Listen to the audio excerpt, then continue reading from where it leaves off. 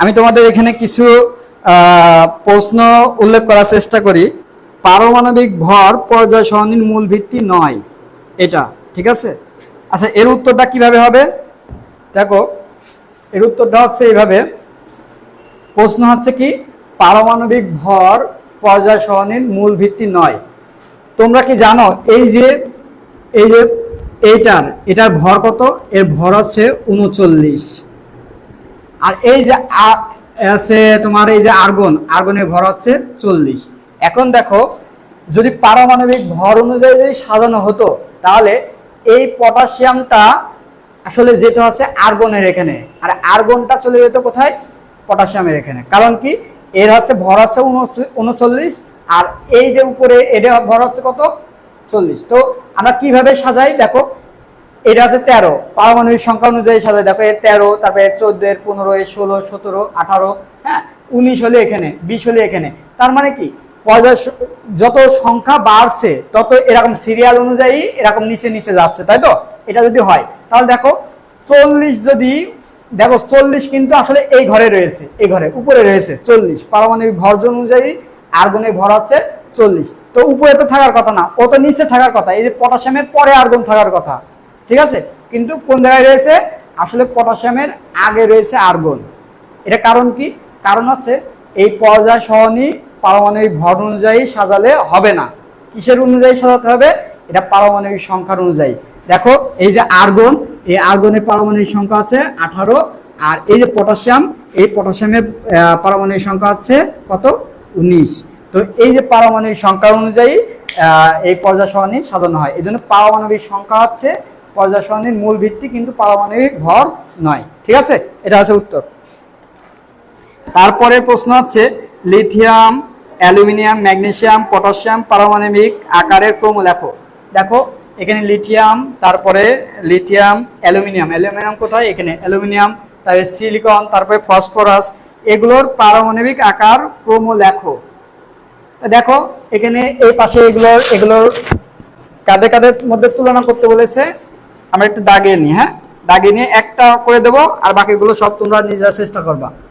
এই যে লিথিয়াম, তারপরে কি অ্যালুমিনিয়াম, তারপরে কি, তারপরে আছে ম্যাগনেসিয়াম, তারপরে কি, তারপরে হচ্ছে ফসফরাস। এই যে এটা, এই কয়টার মধ্যে আমাদের পারমাণবিক আকারের ক্রম লিখতে বলেছে। তো আমরা জানি কি, পারমাণবিক আকার একই একই তোমার একই কি করতে হবে? আগে এই যে সর্ব ডানে বামে বামের গ্রুপটা দেখতে হবে, সব থেকে বামের গ্রুপ। তারপর সব থেকে বামের গ্রুপ কোনটা? এটা। তো এইটার নিচের থেকে উপরে যত আমরা যাব তত কি হবে? পারমাণবিক আকারগুলো কমতে থাকবে। আবার উপর থেকে যত নিচের দিকে যাব তত পারমাণবিক আকারগুলো বাড়তে থাকবে। তাহলে এখানে সব থেকে পারমাণবিক আকার বড় কার? পটাশিয়াম। তারপরে পারমাণবিক আকার বড় কার? লিথিয়াম। তারপরে তারপরে এই যে এইখানে এটা বড়, তারপর এটা বড়, তারপর এটা বড়, তারপর এটা বড়, এই পাশে কি একদম ছোট, তাই তো? এই যে আমরা এই চিত্র অনুযায়ী লিখছি, এটা হচ্ছে তারপরে বড়, তাহলে ম্যাগনেসিয়াম। তারপরে কি? তারপরে অ্যালুমিনিয়াম। এটা হচ্ছে এর ক্রম, ঠিক আছে। এটা যদি বুঝতে পারো, এটা পারমাণবিক আকারের ক্রম। বোঝা গেল? এ কি বোঝা গেল? আচ্ছা, পারমাণবিক আকারটা এইভাবে যায়। ওটা কে? ওটা বাইরে যেতে বলো, যাও বসাবে।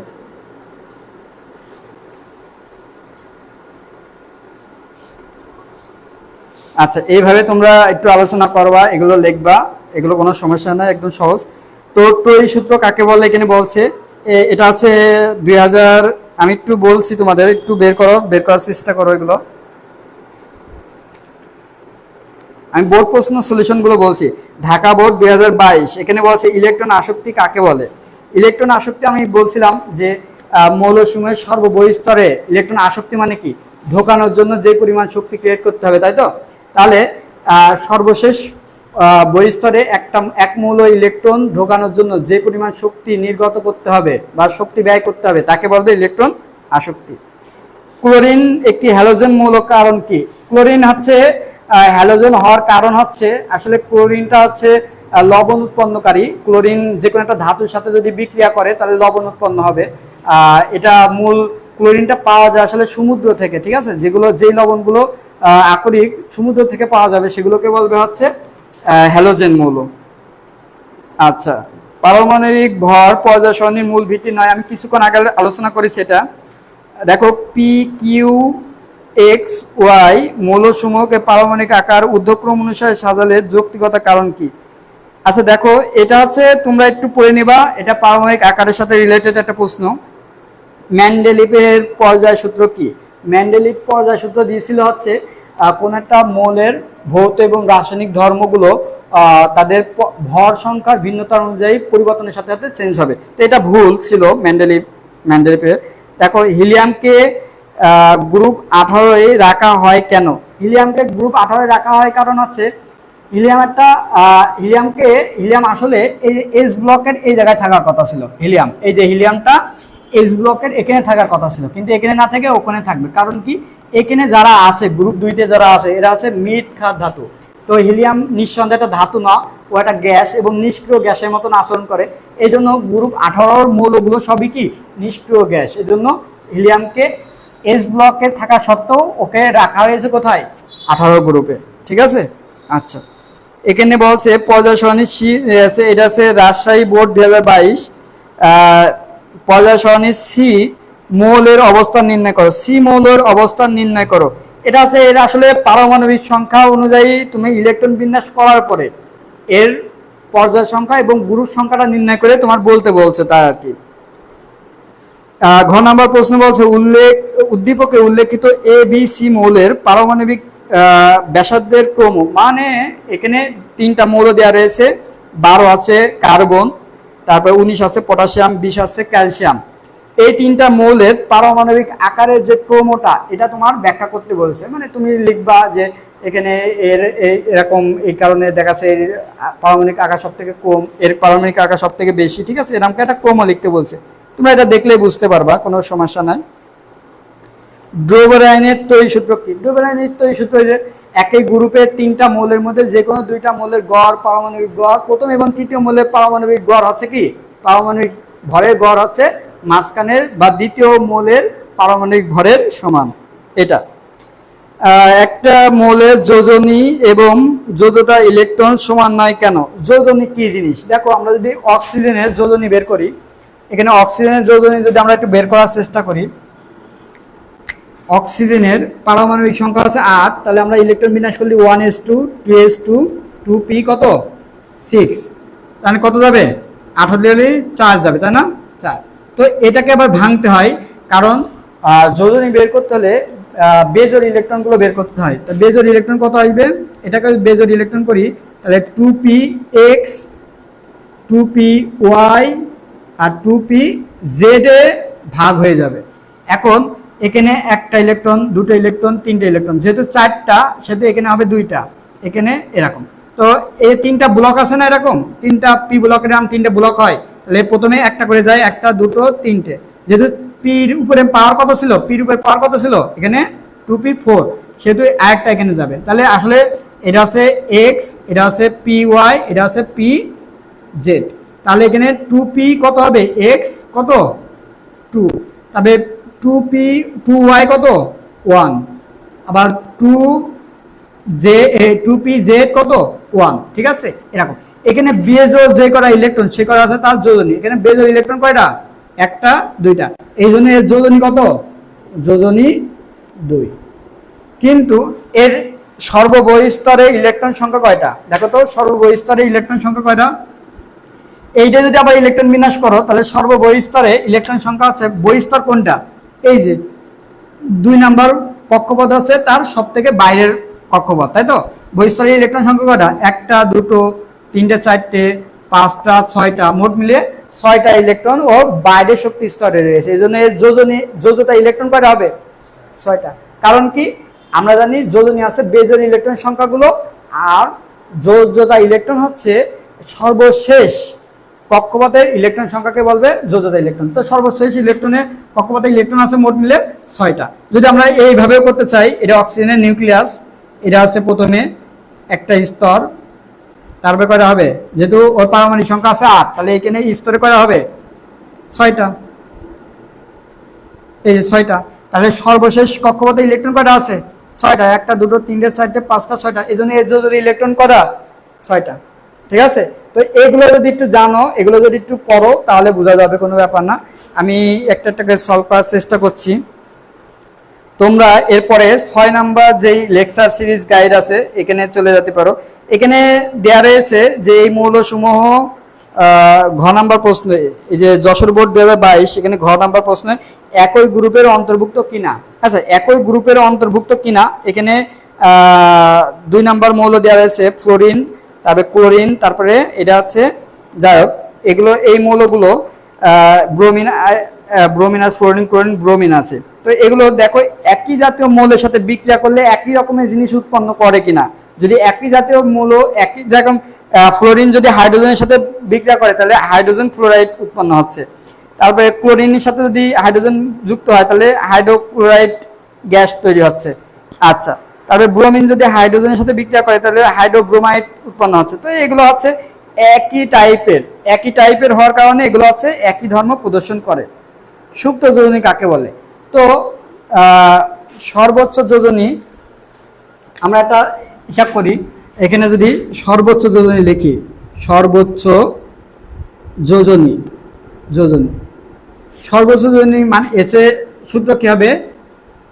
সুপ্ত যোজনী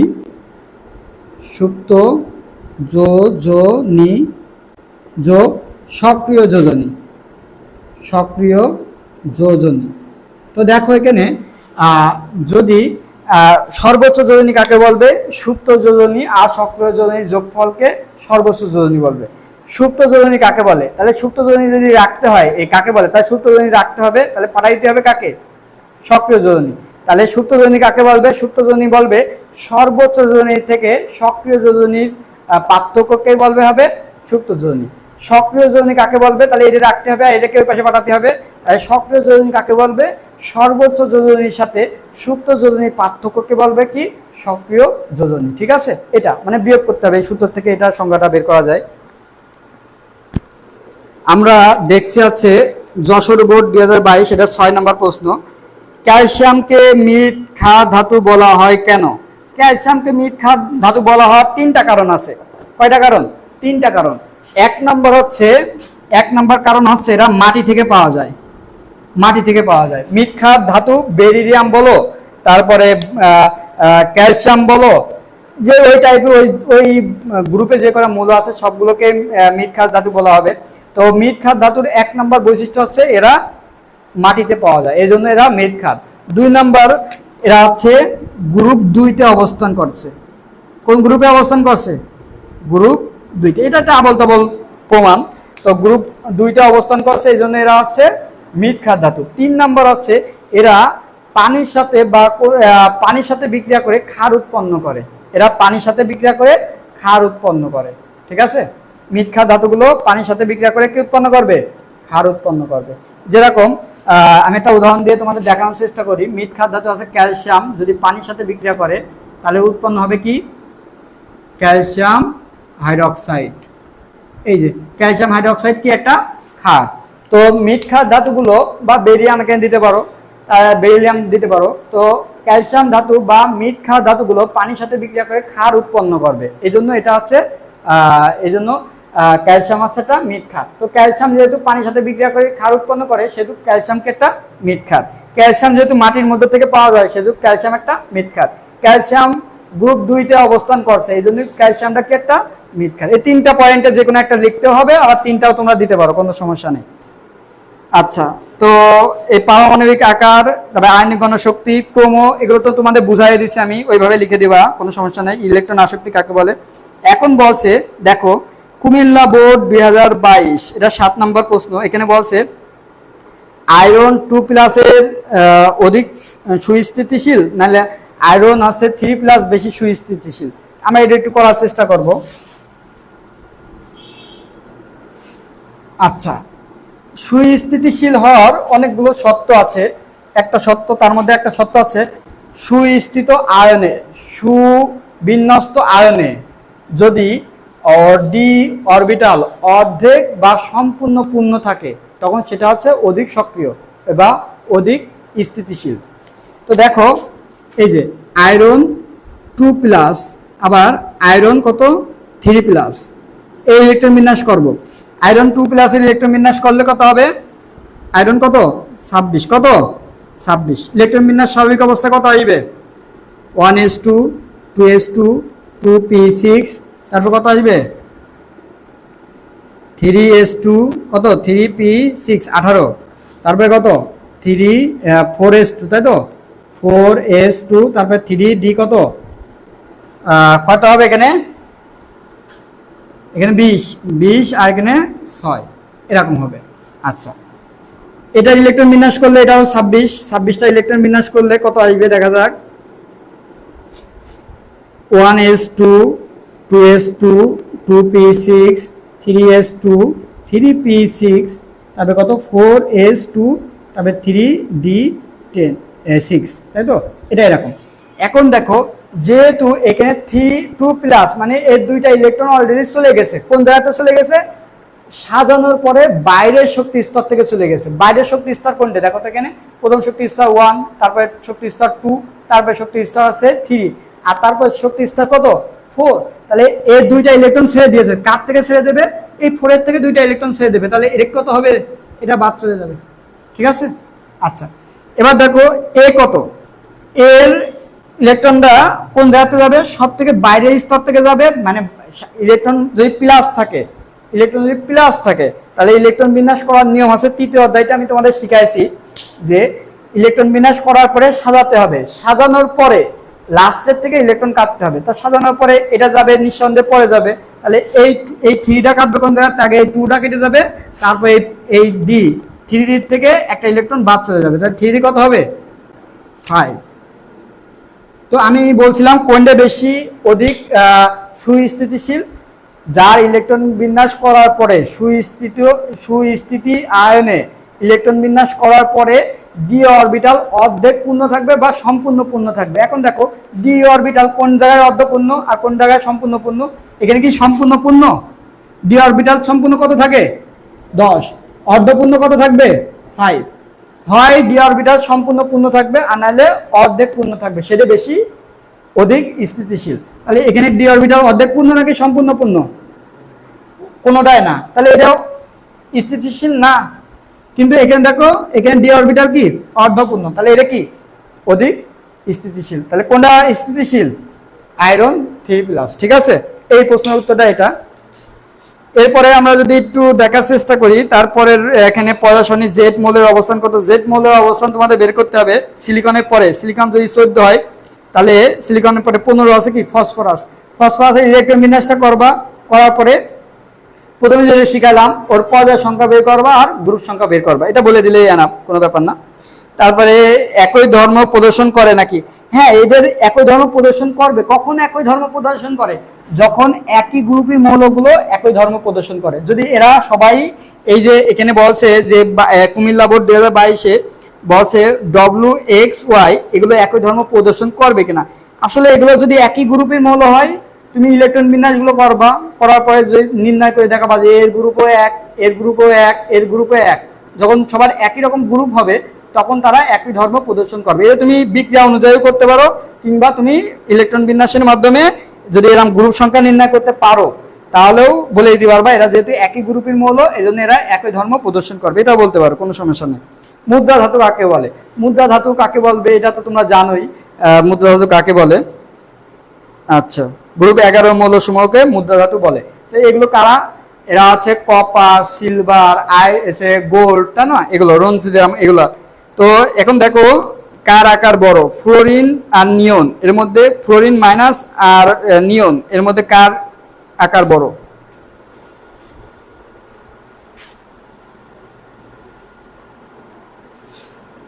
দেখো এখানে একটা প্রশ্ন বলেছে, এটা কত কত প্রশ্ন, কোন নাম্বার প্রশ্ন? এটা হচ্ছে চট্টগ্রাম বোর্ড 2022। এখানে বলছে ফ্লোরিন মাইনাস এর আকার বড় নাকি আছে নিয়নের আকার বড়, কার আকার বড়? এখন দেখো ফ্লোরিনের আসলে ইলেকট্রন বিন্যাসটা কেমন হওয়ার কথা ছিল? ফ্লোরিনের নিউক্লিয়াস, ফ্লোরিনের পারমাণবিক সংখ্যা আছে কত? 9, তাই তো? 9 ফ্লোরিন। তাহলে প্রথম স্তরে কয়টা যাবে? একটা, দুটো। দ্বিতীয় স্তরে কয়টা যাবে?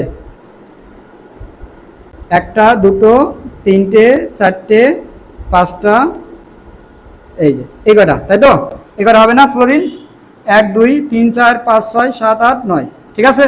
আচ্ছা, এটা আছে ফ্লোরিন।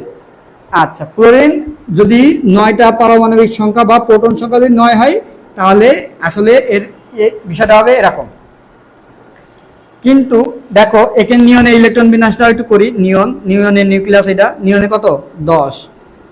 প্রথম শক্তি স্তরে একটা দুটো, দ্বিতীয় শক্তি স্তরে কয়টা? 8টা। একটা দুটো তিনটে চারটে পাঁচটা ছয়টা সাতটা আটটা। এই যে 8টা, দেখো কোনটা বেশি স্থিতিশীল? এর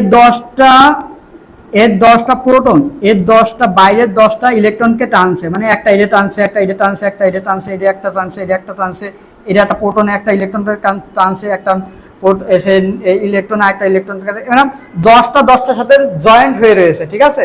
এটা পরিপূরক।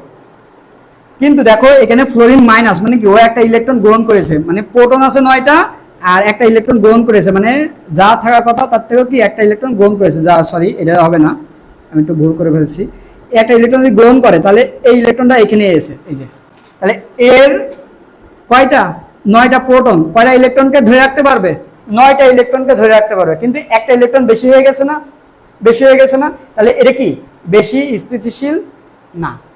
এটা একটা খাপলা এটা আলাদা হয়ে থাকবে। এই আলাদা হয়ে থাকার কারণে এটা অধিক স্থিতিশীল না। এটা অধিক স্থিতিশীল কারণ এর 10টা প্রোটন 10টা ইলেকট্রনকেই ধরে রেখেছে, আর এর 9টা প্রোটন, এর 9টা প্রোটনকে ধরে রাখতে, ইলেকট্রনকে ধরে রাখতে পেরেছে, কিন্তু একটাকে পারেনি। তো এই বেশি স্থিতিশীল না এই কারণে, ঠিক আছে? আচ্ছা, আর এটার স্থিতিশীল বেশি না হওয়ার কারণে এটার আকার বড়, এটার আকার বড় হয়ে যাবে। যেহেতু স্থিতিশীল বেশি না, সেটা এর আকার কি হবে? আকার বড়। এর আকার বড় আর এর আকার কি কম বা ছোট, কারণ এরা আকর্ষণ ক্ষমতা বেশি হয়ে রয়েছে, এর সক্রিয়তা বেশি, মানে এর 10টা ইলেকট্রন 10টা নিউট্রন এর প্রোটনকে টেনে ধরে রেখেছে, ফলে এর আকার কি হবে? ছোট। আর এর একটা ধরে রাখতে পারেনি, তাহলে এর আকারটা কি হয়ে থাকবে? স্বাভাবিকের থেকে ওরকম আকর্ষণ খাওয়ার ক্ষমতা অতটা থাকবে না, একটা আলাদা হয়ে থাকবে। তার মানে কি এর আকারটা বড় হয়ে থাকবে, ঠিক আছে? এই এখন আমরা চলে যাব 8 নাম্বার শেষ আমাদের। আমরা একটু চলে যাওয়ার চেষ্টা করি 9 নাম্বার প্রশ্নে। সরি, এখানে একটু দেখি, এটা 8 নাম্বার প্রশ্ন, চট্টগ্রাম বোর্ড 2022 এর গ নাম্বারে বলছে উদ্দীপকের মৌলসমূহের মধ্যে কোনটি ধাতব ধর্ম সর্বাধিক? ধাতব ধর্ম কার সাথে বিদ্যমান? পারমাণবিক আকার। তো তুমি হিসাব করবা কি, যার পারমাণবিক আকার বেশি লিখে দিবা তারই ধাতব ধর্ম বেশি, যার পারমাণবিক আকার কম তারই ধাতুর ধর্ম কম। তুমি বের করবা কার পারমাণবিক আকার বেশি রয়েছে, ঠিক আছে? আচ্ছা, গ নাম্বার প্রশ্ন সহজ, ইলেকট্রন আসক্তি। দেখো সবই কিন্তু সহজ। এই ইলেকট্রন আসক্তি, ওই যে 4টা 5টা নিয়ম ধর্ম রয়েছে, এই 4টা 5টা ধর্মের উপরে তোমাদের পরীক্ষায় আসবে। আচ্ছা, দেখি 9 নম্বর প্রশ্নে আমরা একটু চলে যাবো। সিলেট বোর্ড 2022 এখানে বলছে কণার গতিতত্ত্ব কাকে বলে? কণার গতিতত্ত্ব কাকে বলে একটু পড়ে নেবা। আচ্ছা, ব্রোঞ্জ একটি সংকর ধাতু, অবশ্যই হতে পারে, এটা অন্য একটা অধ্যায় থেকে এসে, যে তোমাদের 10ম অধ্যায় থেকে এসে। এটা আছে ব্রোঞ্জ, অনেকগুলো ধাতু মিশ্রণে তৈরি করা হয়, এই জন্য একে সংকর ধাতু বলা হয়। আচ্ছা, একটু পড়ে নেবা। আচ্ছা, তারপরে 10 নম্বর প্রশ্নে আমাদের বলছে ক্যাটায়ন কাকে বলে? তোমরা জানো ক্যাটায়ন কাকে বলবে? ধাতুসমূহ সর্বশেষ বহিঃস্তরের থেকে একটা ইলেকট্রন বা ইলেকট্রনগুলো ত্যাগ করে কি ধনাত্মক আয়ন বিশিষ্ট পরমাণু তৈরি হয়, এই ধনাত্মক আয়ন বিশিষ্ট পরমাণুকে কি বলবে? ক্যাটায়ন বলবে। ম্যাগনেসিয়ামের পারমাণবিক সংখ্যা 12 বলতে কি বোঝো? অবশ্যই এটা সহজ একটা বিষয়। ম্যাগনেসিয়ামের পারমাণবিক সংখ্যা 12 বলতে বোঝায় ম্যাগনেসিয়ামের কি নিউক্লিয়াসে 12টা প্রোটন আছে, ঠিক আছে? আর স্বাভাবিক অবস্থায় 12টা ইলেকট্রনও আছে। এটা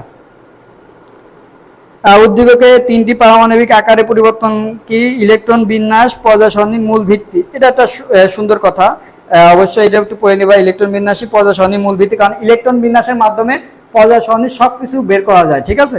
যে ইলেকট্রন বিন্যাস পাবে, ইলেকট্রন বিন্যাস থেকে আসলে বোঝা যায় ওটা কোন ব্লকে রয়েছে, ওর পারমাণবিক সংখ্যা কত, ভর সংখ্যাও বের করা যেতে পারে, কোন ওর ধাতু নাকি অধাতু।